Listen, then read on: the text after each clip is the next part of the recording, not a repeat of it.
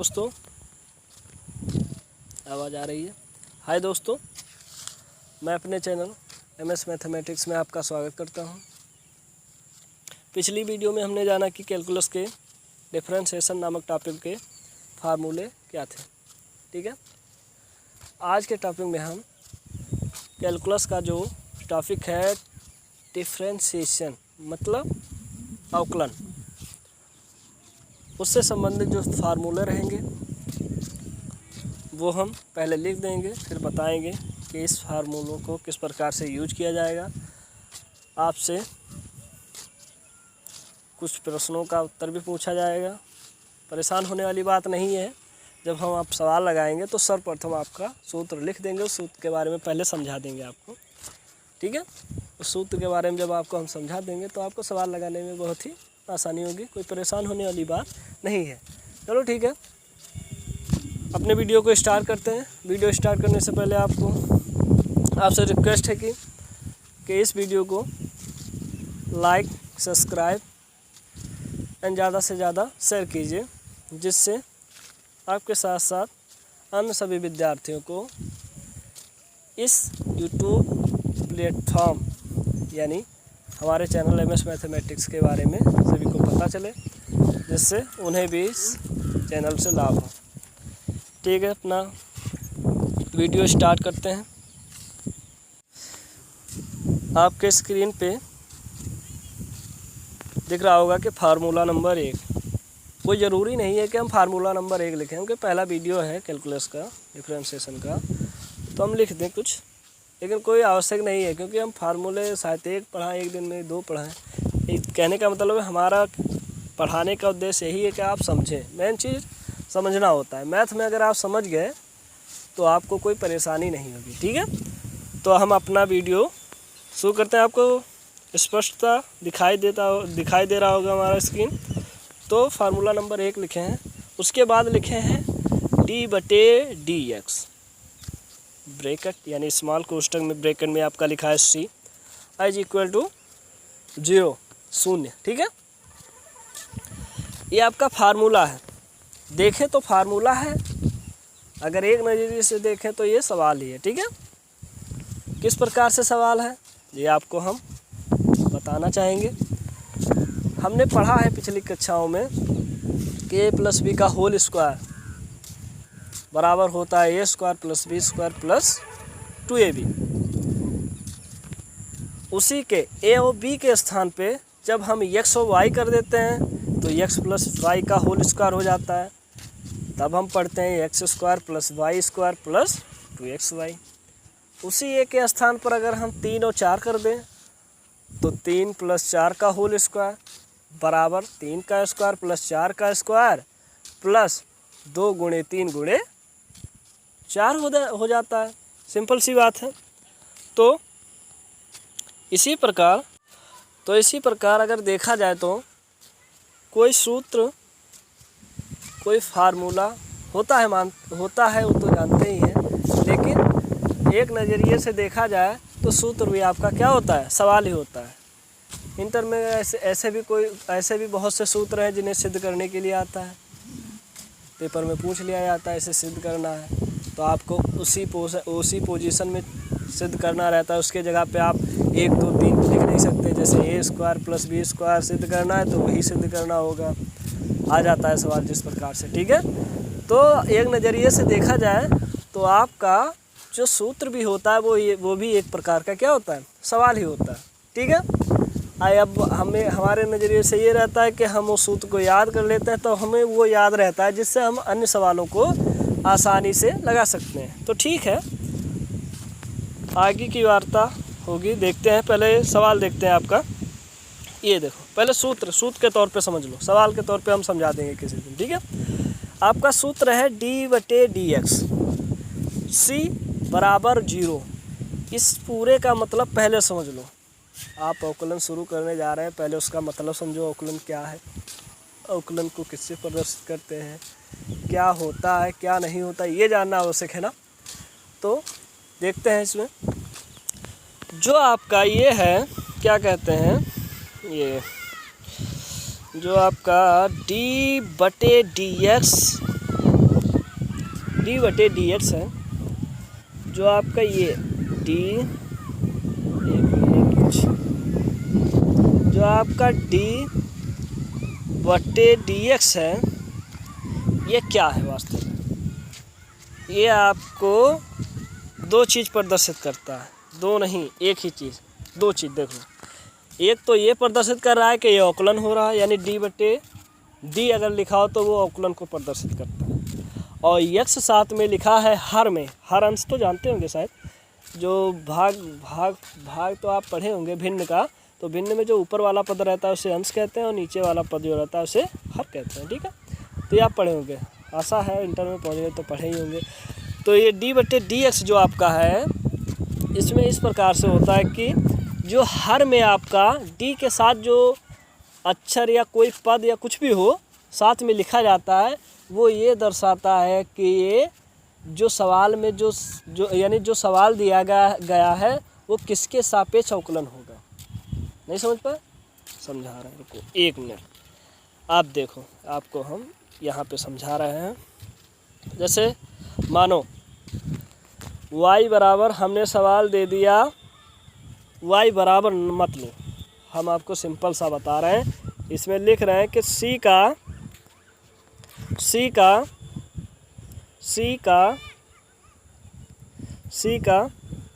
x के सापेक्ष क्या करने पर, के सापेक्ष अवकलन करने पर। ठीक है, समझ जाना। ठीक है, अवकलन करने पर लिखा है। ठीक है, यानी c का x के सापेक्ष क्या करने पर, अवकलन करने पर। अब देखो c कोई पद है, मान लो c के जगह 1 2 3 4 5 कुछ भी मान लो। ठीक है, ये अक्षर है और अंक में कर सकते हैं, कोई परेशानी वाली बात वैसे है नहीं इसमें। ठीक है, तो इसमें ये क्वेश्चन है आपका कि c का x के सापेक्ष अवकलन करने पर। जब c का आप x के सापेक्ष अवकलन करेंगे तो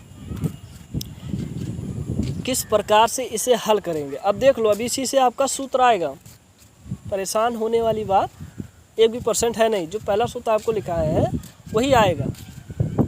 हम पहले ही आपको बता चुके हैं, सूत्र कुछ होता नहीं है, सूत्र भी वास्तव में क्या होता है, एक प्रकार का सवाल ही होता है, लेकिन अन्य सवालों को लगाने के लिए हम उसका उपयोग करते हैं, जिसको हम सूत्र कहते हैं। ठीक है, ये होता है। तो देखते हैं, तो लिखा है c का x के सापेक्ष अवकलन करने पर। ठीक है, अवकलन पढ़ रहे हैं यानी डिफरेंशिएशन पढ़ रहे हैं तो अवकलन ही करेंगे, सिंपल सी बात है। तो अब देखो, इसमें क्वेश्चन ही है, मान लो क्वेश्चन है, तो यानी अब इसमें सबसे पहले हम क्या करेंगे, सबसे पहले हम कोई भी पद है, मान लो c का हमें तो x के सापेक्ष करना है, तो उस पद को हम सबसे पहले लिखेंगे। क्या लिखेंगे? सबसे पहले लिखेंगे। ठीक है, तो माना, ठीक है, माना y बराबर c। अब आप सोच रहे होंगे कि y हमने क्यों लिखा। एक बात आप जान लीजिए, अवकलन लगाने में यानी अवकलन के जितने भी सवाल हैं उसमें आपको सवाल लगाने से पूर्व सबसे पहले उस पद या अंक को या कोई भी सवाल हो उसको मानना पड़ेगा एक फलन, एक फंक्शन मानना पड़ेगा। ठीक है, जब फंक्शन मान के लगाएंगे तभी आपका ये सवाल लगेगा। ठीक है, फंक्शन मानना पड़ेगा, यानी y यहाँ पे क्या है, एक फलन है। आगे हम जब सवाल बताएंगे तो वो भी बताएंगे कि y क्या है, फलन। ठीक है, फलन वैसे है। ठीक है, ये आपका y आपका यहाँ पे क्या है, फलन है। यानी किसी भी अवकलन के सवाल को लगाएंगे तो पहले हम फलन मानेंगे। तो हम लगा रहे हैं उस सवाल को, यानी c का जो हम बताए थे आपके ऊपर कि c का x के सापेक्ष अवकलन करने पर, तो वही सवाल लगा रहे हैं। यानी पहले लगाने का स्टेप देख लीजिए, बस यही आप फॉलो कीजिएगा, आप आसानी से लगा सकते हैं। ठीक है, तो आगे देखते हैं। तो लिखा है y बराबर c, हमने लिखा क्योंकि c का x के सापेक्ष अवकलन करना है हमें, सिंपल सी बात है। तब देखो, तब ये हम आपका, तब हम लगाएंगे इसे, तब इसे हम इस प्रकार से लगाएंगे, तब हम लगाएंगे इस प्रकार से। तो y बराबर c हो गया, यानी पहले फलन मान लिए हम। अब लिखेंगे यहाँ पे डिफरेंशिएशन, पूरा नहीं लिखेंगे। ठीक है, हम बता देंगे डिफरेंशिएशन, W का मतलब विथ आर का मतलब रिस्पेक्ट टू एक्स। इसका मतलब क्या है आपको समझाते हैं। यानी डिफरेंशिएशन डब्ल्यू का मतलब विथ रिस्पेक्ट टू एक्स। कहने का मतलब इसका ये है कि एक्स के सापेक्ष जो ये फलन दिया गया है इसका अवकलन करें। डिफरेंशिएशन मतलब होता है अवकलन, ठीक है, किताब में आपका होगा, ठीक है, डिफरेंशिएशन का मतलब अवकलन, ठीक है। तो हम पहले क्या लिखेंगे, पहले तो किसी जो सवाल दिया है उसे हम फलन मानेंगे। अगर सवाल में फलन y बराबर दिया है तो कोई बात ही नहीं, y बराबर तो दिया ही। अगर नहीं दिया है तो हम उसे पहले y बराबर मानेंगे, ठीक है। कुछ भी है 1 2 4 10 50 2x + 5 कुछ भी हो, हम उसे पहले मानेंगे y बराबर, ठीक है। जब y बराबर मान लेंगे, जब हम y बराबर मान लेंगे इसे, तब तो y बराबर c हमने लिखा ही था। तो differentiation with respect to x ये तो जान ही गए। यानी सबसे पहले हम फलन मानेंगे, फिर बाद में लिखेंगे डिफरेंशिएशन विथ रिस्पेक्ट टू जिसके सापेक्ष हो x है। सवाल में कहा है कि x के सापेक्ष करना है तो हमें x करना है, अगर y के सापेक्ष है तो y करना है। वैसे कोई परेशान होने वाली बात नहीं है, ठीक है। तो इसमें y बराबर c दिया हुआ है, तो इसमें हमने सवाल लिखा था कि c का x के सापेक्ष अवकलन करने पर, c का x के सापेक्ष अवकलन करने पर, जब c का x के सापेक्ष अवकलन करेंगे तो क्या होगा, तो सबसे पहले हम फलन मानेंगे, जो आपको हम पहले ही बता चुके हैं, ठीक है, दोबारा समझ लीजिए। तो पहले हमने फलन माना, फलन यानी फलन किससे, यानी y बराबर, y जो है वो फलन को प्रदर्शित करता है, ठीक है। जब फलन को प्रदर्शित करेगा तो इसमें ये लिखेंगे कि y बराबर c, यानी c पद दिया, इसी का हमें अवकलन करना है। सिंपल सी बात है, जो दिया है जिसका अवकलन करना है वो हमें पता ही होना चाहिए, सवाल में लिखा ही है, ठीक है। तो y बराबर c, तब लिखेंगे फलन के बाद हम लिखेंगे differentiation with respect to x। हिंदी में भी आप लिख सकते हैं, कोई परेशानी वाली बात नहीं है। तो हिंदी में लिखेंगे कि x के सापेक्ष अवकलन करने पर, जब हम लिखेंगे x के सापेक्ष अवकलन, हिंदी में लिख सकते हैं आप, सिंपल सी बात है, कोई परेशानी वाली बात नहीं है। तो यहाँ पे आप लिख सकते हैं कि x के सापेक्ष अवकलन करने पर, जब लिखेंगे x के सापेक्ष अवकलन करने पर, फिर उसके आगे आप लिखेंगे, तब लिखेंगे क्या, x के सापेक्ष अवकलन करेंगे, फिर आप अवकलन ही करेंगे। आसान भाषा में समझ लीजिए, पहले आपको फलन बनाना है, फलन बराबर मानना है, जो पद दिया है उसे फलन लिखना है, फिर बाद में x के सापेक्ष अवकलन करना है, ठीक है। जब अवकलन आप कर लेंगे तो आपको कोई परेशानी इसमें नहीं होगी। तब लिखेंगे, बाद में आप लिखेंगे, देखो d/d आपका तो हो जाएगा वही कि हम किसको प्रदर्शित कर रहे हैं, अवकलन को। d/d है तो उसे हम किसको प्रदर्शित करते हैं, अवकलन को। तो जो d के, जो अंश में आपका d के साथ में रहता है वो आपका फलन कहलाता है, जो हर में आपका d के साथ रहता है वो आपका जिसके सापेक्ष हो रहा है वो कहलाता है, ठीक है। ये हो गया आपका, तो y बराबर ये हो गया। तो यानी जब अवकलन करेंगे तो दोनों का करेंगे, सिंपल सी बात है, फलन और इसका जो पद है, फलन का ही पद है उसका भी करेंगे। तो लिखेंगे, तो आपका जो फलन होगा तो d के साथ ये फलन जुड़ गया। पहचानने का तरीका यही है, अगर देखो d/d लिखा है तो अवकलन समझ लो हो रहा है d/dx या dx dy या कुछ भी लिखा है, t के सापेक्ष हो रहा है तो d/dt लिखा होगा, सिंपल सी बात है। तो ये अगर ये लिखा हुआ है तो आप जान लीजिए इसमें फलन और जिसके सापेक्ष हो रहा है वो कैसे पहचानेंगे। पहचानने का बहुत ही आसान तरीका है कि जो अंश में आपका लिखा है d के साथ में जो पद, वो आपका हमेशा फलन होगा, वो आपका हमेशा फलन होगा, और जो हर में आपका लिखा है d के साथ में वो आपका हमेशा क्या होगा, जिसके सापेक्ष हो रहा है वो होगा। यानी x के सापेक्ष यहाँ पे माने हैं, करना है हल करना है तो x ही होगा, ठीक है। यानी जिसके सापेक्ष हो रहा है वो हर के साथ में लिखा होगा, और जो फलन है वो आपका y होगा। अब आगे हल करते हैं, इसी के आगे हम हल करते हैं। ये देखो, तो इसके आगे जब हम हल करेंगे तो एक बात जान लीजिए, इसमें इस फार्मूले का मेन महत्व ये है कि इस फार्मूले का मेन महत्व ये, यानी मेन महत्व यही है कि जब हम किसी भी संख्या या पद का अवकलन करते हैं, पद का जब हम अवकलन करते हैं तो हमें पहले सावधानी पूर्वक सवाल को पढ़ना है। क्या करना है, सावधानीपूर्वक सवाल को पढ़ना है। सवाल को पढ़ने का अर्थ ये है कि हमने पहले अभी सवाल लिखा था इससे, जिसे हम हल कर रहे हैं इसे, तो हमने लिखा भी था कि c का x के सापेक्ष अवकलन करने पर, क्या लिखा था, c का x के सापेक्ष अवकलन करने पर। हमने सवाल को लिखा c का x के सापेक्ष अवकलन करने पर, हमने लिख दिया c का x के सापेक्ष अवकलन। अब देखो c तो कोई पद हो गया, कोई संख्या हो गया, कुछ भी दे सकता है c के जगह, कुछ भी दे सकता है आपका 2x + 3, कुछ भी दे सकता है, 3 दे सकता है, 4 दे सकता है, 1 to 10 कुछ भी दे सकता है। कहने का मतलब ये है A to Z कुछ भी दे सकता है, कोई परेशानी वाली बात नहीं है। लेकिन इसमें लिखा है कि c का x के सापेक्ष अवकलन करने पर। अब ये आपको समझना है, इस फार्मूले को यूज करने का मेन तरीका सही यही है कि आप इस सवाल को आप समझ लें, बस आप लगा लेंगे आसानी से। कुछ अभी सवाल भी देंगे आपको, आप आसानी से लगा सकते हैं। घर पे आप लगाइएगा, कोशिश कीजिएगा। अगर कोई प्रॉब्लम होती है तो हम आपको बताएंगे, कोई परेशानी वाली बात वैसे है नहीं, ठीक है। तो इसमें ये जान लीजिए आप, एक मिनट, ये जान लीजिए कि देखो ये dy लिखा है, y का मतलब आपका फलन हो गया। अब ये मत सोच, अब देखो इसमें ये इस फार्मूले का यूज मेन ये होता है कि आपको कोई कांस्टेंट दे दिया जाएगा। कांस्टेंट पहचानेंगे कैसे, अब ये जान लीजिए। ये हमने आप तो ये तो बता दिया कि आज कांस्टेंट वाला सवाल फार्मूला बताएंगे, तो आप पहचानेंगे कैसे। कांस्टेंट कुछ भी हो सकता है, सिर्फ एक कंडीशन पर। आपका कांस्टेंट जो है वो कुछ भी हो सकता है, सिर्फ एक कंडीशन पर कि जिसके सापेक्ष आपका अवकलन हो रहा है।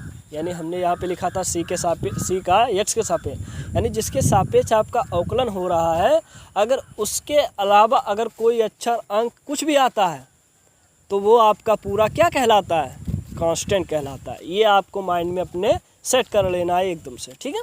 कहने का मतलब क्या है, हमें c का x के सापेक्ष अवकलन करना है। किसके सापेक्ष करना है, x के सापेक्ष। तो c तो आपका x है नहीं, यानी x से भिन्न है। अगर x होता तो उसका कुछ और मान आता, लेकिन हम कांस्टेंट वाला पढ़ रहे हैं तो कांस्टेंट देखेंगे कैसे।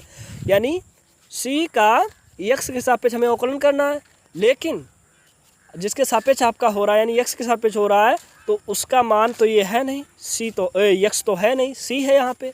तो ये आप जान लीजिए, जब मिस मैच करे तो आप उसे कांस्टेंट ही मानेंगे। कहने का मतलब यही है कि आप जिसके सापेक्ष अवकलन कर रहे हैं, अगर वही अक्षर या पद उसमें मैच नहीं खा रहा है उस फलन में, फलन के बराबर में, फलन के मान में, तो वो आपका पूरा क्या माना जाएगा, कांस्टेंट। और कांस्टेंट का मान हमेशा 0 होता है। ये अपने माइंड में एकदम से दोनों पॉइंट को सेट कर लीजिए।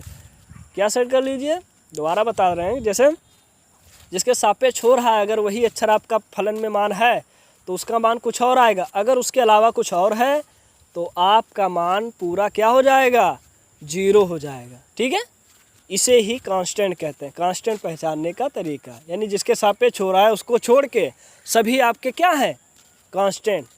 x के सापेक्ष किया तो x को छोड़ के और किसी का भी हम कुछ भी लिख दें, A to Z कुछ भी लिख दें, मान लो 1 से अनंत तक इनफाइनाइट A to Z में कुछ लिख दें सिर्फ x को छोड़ के, तो सभी का मान 0 हो जाए, क्योंकि x मैच नहीं खा रहा है।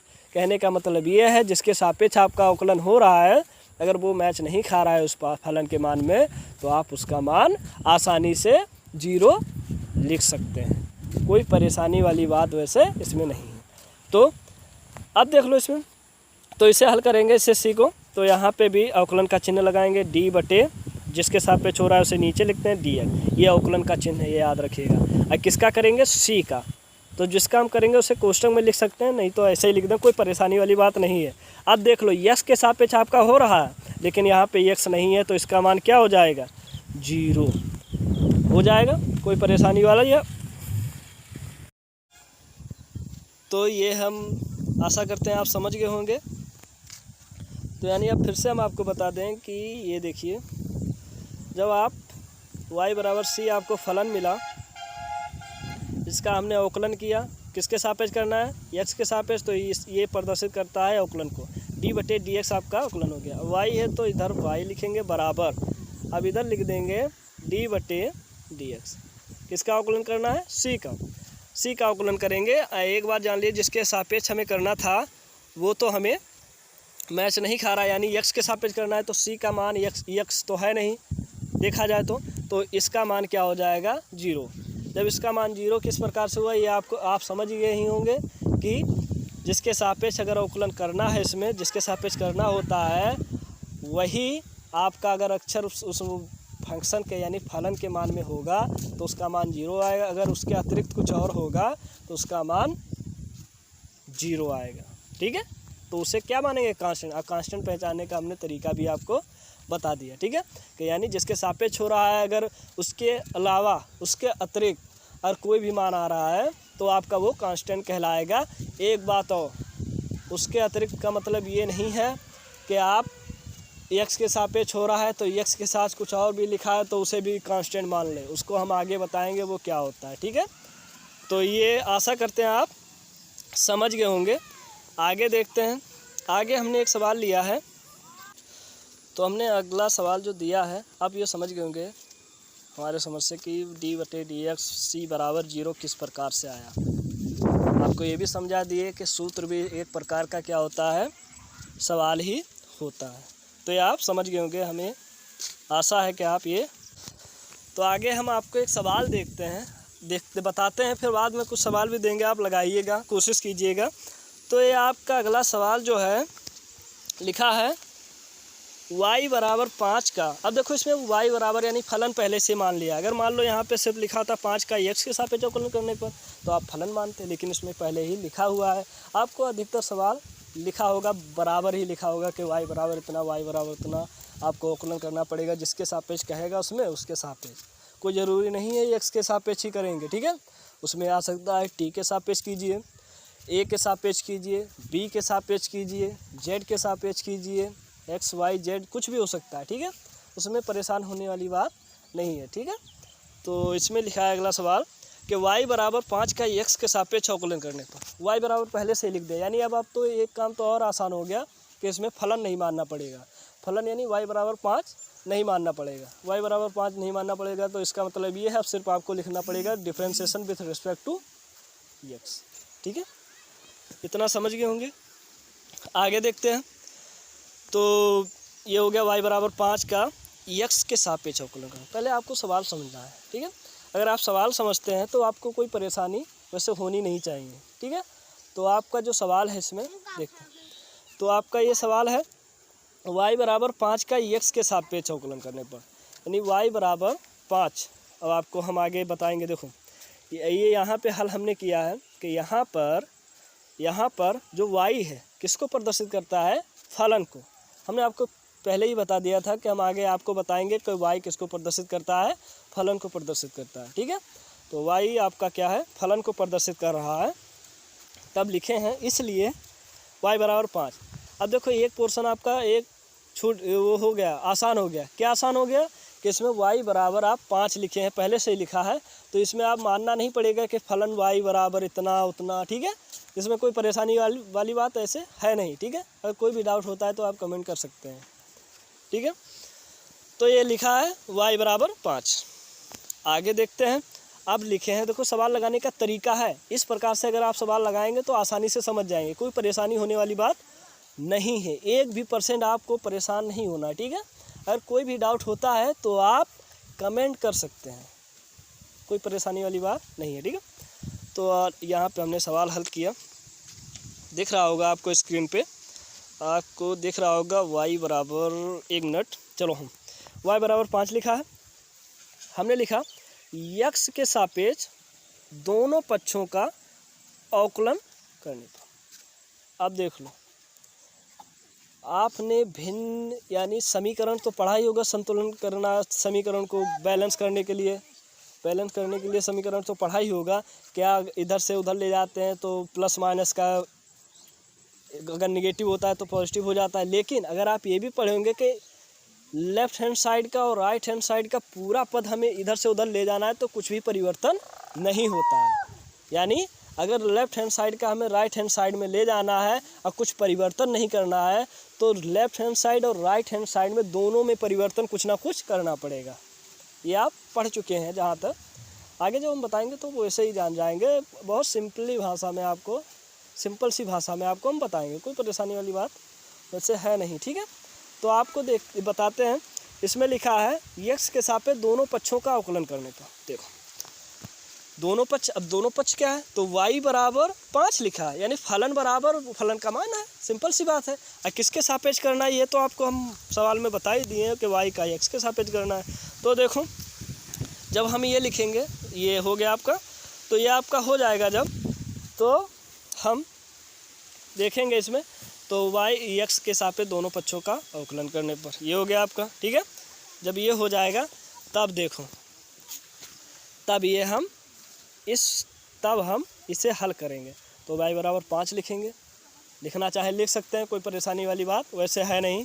अब देखो, अब इसमें आपको d बटे डी एक्स हमने लिखा, d बटे एक मिनट d बटे डी एक्स हमने लिखा। d बटे डी किसको प्रदर्शित कर रहा है, यानी अवकलन हो रहा है, किसके सापेक्ष हो रहा है, x के सापेक्ष। हमने सवाल पहले पढ़ा, फिर हमने लिखा कि x के सापेक्ष आपका अवकलन हो रहा है, सिंपल सी बात है। तो d बटे D x, left hand side जो था आपका y था, तो डी वाई का अवकलन करेंगे, डी वाई हो गया। अब देखो, अब बराबर जिस पद का हमें अवकलन करना है वो महत्वपूर्ण है, ठीक है। तो ये d बटे डी एक्स लिखेंगे क्योंकि ये अवकलन का सिंबल है, ये जान लीजिए आप, अवकलन का सिंबल है। आगे आगे जब बढ़ेंगे तो हमें और अच्छी सरल भाषा में आपको समझाने की कोशिश करेंगे, आप बताइएगा, जहाँ ना समझे वहाँ पे आप बताइएगा, ठीक है। तो जब हम d बटे डी एक्स के कौन सा पद है 5, इसका अवकलन करेंगे। अब हमें ये दिमाग में रखना है कि हमें किसके सापेक्ष करना है, जिसके सापेक्ष हमें करना है, अगर वो अक्षर उस पद यानी फलन के मान में मैच खा रहा है, यानी मैच हो रहा है, तो उसे किसी और प्रकार से हल करेंगे। लेकिन अगर मैच नहीं खा रहा है तो उसे हम कांस्टेंट मान के उसका मान 0 कर देंगे। क्या समझे, अभी आप समझ जाएंगे। देखो लिखा है y बराबर, लिखा है इसमें y बराबर 5 का x के सापेक्ष अवकलन करने पर, y बराबर 5 का x के सापेक्ष अवकलन करने पर। तब देखो हमने x के सापेक्ष y का अवकलन किया, ठीक है, y के सापेक्ष हमने अवकलन किया, x के सापेक्ष दोनों पक्षों का अवकलन हमने किया, तो y बराबर 5 लिखा। यानी जिसके सापेक्ष हमने किया वो फलन में मान नहीं है, तो उसका मान हमने यहाँ पे क्या कर देंगे, किसका, उसका मान क्या हो जाएगा, यानी डी वाई बटे डी एक्स। 5 का किए तो x तो है नहीं यहाँ पे, तो इसका मान क्या हो जाएगा, इधर हो जाएगा आपका डी वाई बटे डी एक्स। ये हो गया आपका आंसर। कहने का मतलब ये है, जिसके सापेक्ष हम अवकलन कर रहे हैं वो अगर मिलता है तो उसका मान कुछ और होगा, वो फंक्शन यानी फलन में वो मिलता है तो उसका मान कुछ और होगा। अगर वो नहीं मिलता है तो उसे हम कांस्टेंट मान के उस पद या फलन को या संख्या को, उसका मान हम क्या कर देते हैं, 0 कर देते हैं। आशा करते हैं आप समझ गए होंगे। तो देखते हैं आज का होमवर्क आपका है, होमवर्क ही समझ लीजिए। अब कोशिश कीजिएगा, पहले भाई बहुत छोटी छोटी चीज़ें आप फर्स्ट ईयर में पढ़े होंगे, छोटी सी चीज़ है, ठीक है। HW ही समझ लो, कोई जरूर, अब बच्चे तो हो नहीं कि HW, ठीक है। इसी प्रकार से अगर आपको 105 ऐसा भी x के सापेक्ष करना है, ये भी जान लो, हमें पता कैसे चलेगा किसके सापेक्ष करना है, तो लिख देंगे हम ना x के सापेक्ष, ठीक है। x के सापेक्ष आप अवकलन अगर करिएगा इसका, तो देखो इसमें x तो है नहीं, तो सभी का मान क्या हो जाएगा, 0 हो जाएगा, सिंपल सी बात है। आशा करते हैं आप समझ गए होंगे। हम कुछ समय बाद इस PDF को भी आपके डिस्क्रिप्शन, अपने वीडियो के डिस्क्रिप्शन में डाल देंगे, जिससे आप लोड करके अपनी नोट्स भी बना सकते हैं। आशा करते हैं आप इस वीडियो को समझ गए होंगे कि कांस्टेंट का मतलब क्या होता है, कांस्टेंट के फार्मूला क्या होता है, इसका मान एक बार हम दोबारा रिवाइज कर देते हैं कि जब हम किसी कांस्टेंट का मान यानी अवकलन पढ़ रहे हैं, जब किसी कांस्टेंट का हम अवकलन करते हैं तो उसका मान हमेशा 0 होता है। बस एक कंडीशन जो है कि वो कांस्टेंट मान सिर्फ अकेला होना चाहिए, अगर उसके साथ वो भी है जिसके सापेक्ष करना है तब उसका मान 0 नहीं होगा। जैसे हमने ये तो कह दिया कि y बराबर अगर 5 मिला तो इसका मान, तो अगर y बराबर 5 x के सापेक्ष अवकलन करना है तो इसका मान 0 हो जाएगा। सिंपल सी बात है, क्योंकि 5 की जगह x होना चाहिए तो हम दूसरा आएगा, अगर उसके अतिरिक्त है तो 0 आना चाहिए। अगर मान लो 5x हो गया तो आपका वो भी है, सापेक्ष वाला भी है, और जो x का मान नहीं है वो 5 भी है, मैच नहीं खा रहा वो भी है, तब इसका मान 0 होगा, तब नहीं होगा 0, ठीक है। इस कंडीशन में आपको दूसरा फार्मूला लगाना पड़ेगा, वो हम आगे बताएंगे।